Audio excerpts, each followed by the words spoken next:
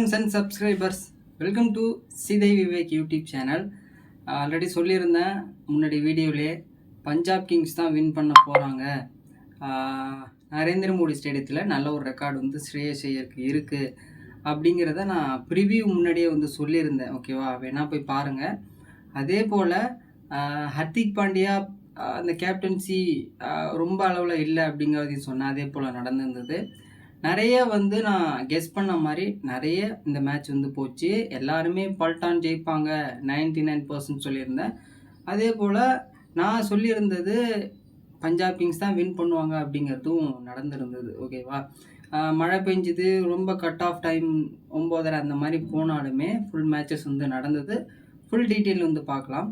வீடியோவை ஸ்கிப் பண்ணாமல் பாருங்கள். ஓகே, டாஸ் வின் பண்ணி ஸ்ரேயஸ் ஐயர் பவுலிங் எடுத்தார். ஓகே, அந்த விண்டி கண்டிஷன்ஸ்னால ரோஹித் சர்மா வழக்கம் போல் எப்போ வேணாலும் அவுட் ஆகிறங்கிற மாதிரி எளிய விக்கெட் விட்டார். பேஸ்டோ முடிஞ்ச அளவுக்கு ஒரு டீசெண்டான ஒரு 30+ வந்து போட்டார். அதுக்கப்புறம் திலக்கு அண்டு தென் திலக்கி நான் மென்ஷன் பண்ணி சொல்லியிருந்தேன், திலக்கு கொஞ்சம் டேவாக இருக்கும் அப்படிங்கிற மாதிரி. திலக்கு ஒன் டவுன் ப்ரொமோஷன்ஸ், நல்லா ரன்ஸு. ஸ்கை வழக்கம் போல் வந்து கன்சிஸ்டன்சி ஆடி கொடுத்தார். ஹர்திக் நாமந்திர் அவங்களால கொடுக்கக்கூடிய கான்ட்ரிபியூஷன் கொடுத்து ஒரு 200+ மேலே டார்கெட் வந்தது.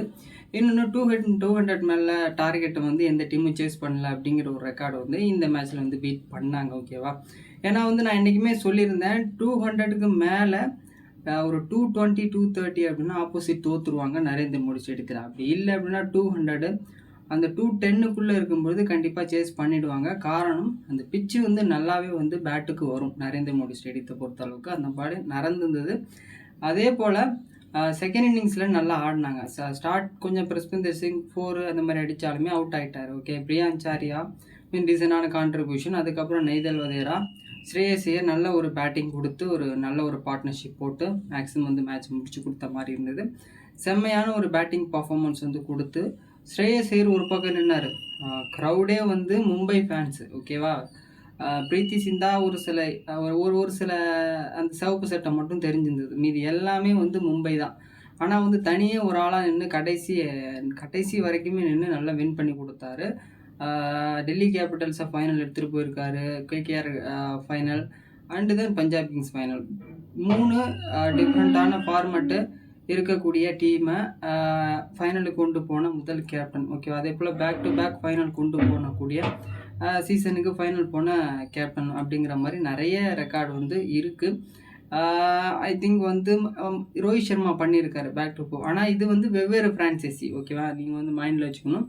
உடனே சொல்லக்கூடாது Rohit Sharma back to back 2019-20 final வந்திருக்காரு, டோனி 2010-11ங்கிற மாதிரி. ஏன்னா வந்து அது சேம் ஒரே ஃப்ரான்ச்சைசி, ஆனால் இவர் வந்து டிஃப்ரெண்ட் ஃப்ரான்ச்சைசி. ஓகேவா, பேக் டு பேக் ஃபைனல் வந்து கொண்டு போயிருக்காரு. எனக்கு தெரிஞ்சு 3 ஃபார்மேட் பிளேயர் தாங்க. ஓகேவா, அவர் வந்து கேப்டன்சி ரோல் கொடுக்கலாம். ஹர்திக் பாண்டியா என்ன தப்பு பண்ணார் அப்படிங்கிறத பார்த்துருவோம். ஆட்டிடியூட் மட்டும்தாங்க. பொறுமையாக நின்று நிதானமாக இவ்வளோ டார்கெட் அடிச்சிருக்கோம், இதை பேஸ் பண்ணி நம்ம எந்தெந்த பாலர்ஸை கொடுக்கலாம், எந்த மாதிரி ஃபீல்ட் செட்டப் பண்ணலாம், எதுக்கு எடுத்தாலும் கத்துறது போகிறது, அந்த மாதிரி வந்து ஆட்டிடியூட் காட்டலாம். எல்லா நேரத்துலையும் காட்டுறது உங்களுக்கு அதுவே வந்து வீக்னஸாக போயிடும் அப்படிங்கிறத நான் வந்து தெரியப்படுத்த விரும்புகிறேன். உங்களுடைய கருத்து, எந்த டீம் இந்த டீம் ஜெயிச்சிருக்கலாம் ஓகேவா அப்படிங்கிற மாதிரி உங்களுடைய கருத்தை பண்ணுங்கள். ஆர்சிபி ஃபேனாக இருந்தால் வந்து ஜாலியாக இருப்பீங்க, ஏன்னா பல்டான் வந்தால் கப் அடிச்சுட்டு போயிடுவாங்கங்கிற மாதிரி. ஆனால் இப்போ பல்டானே பஞ்சாப் மாதிரி தான் இருக்காங்க. பஞ்சாப் பல்டான் அப்படிங்கிற மாதிரி சொல்லலாம். ஃபைனலில் என்ன நடக்குது அப்படிங்கிறத பார்ப்போம். 3rd ஜூன் இதே அகமதாபாத்தில் தான் நடக்குது. அதுக்கான ப்ரிவியூ வந்து நம்ம போடுவோம். இந்த ப்ரிவியூவில் உங்களுக்கு ஏதாவது வந்து சந்தேகம் இருந்தால் கீழே வந்து கமெண்ட் பண்ணுங்கள். ஹர்திக் பாண்டியா கேப்டன்சி, ஸ்ரேயஸ் ஐயர் நல்லா பர்ஃபார்மன்ஸ் பண்ணியிருந்தார், அவருடைய ஃப்யூச்சரில் இந்தியன் கேப்டன் ஆகலாமா அப்படிங்கிறத கீழே கமெண்ட் பண்ணுங்கள். வீடியோ பிடிச்சா like and share and support பண்ணுங்கள். நெக்ஸ்ட் வீடியோவில் வந்து பார்க்கலாம்.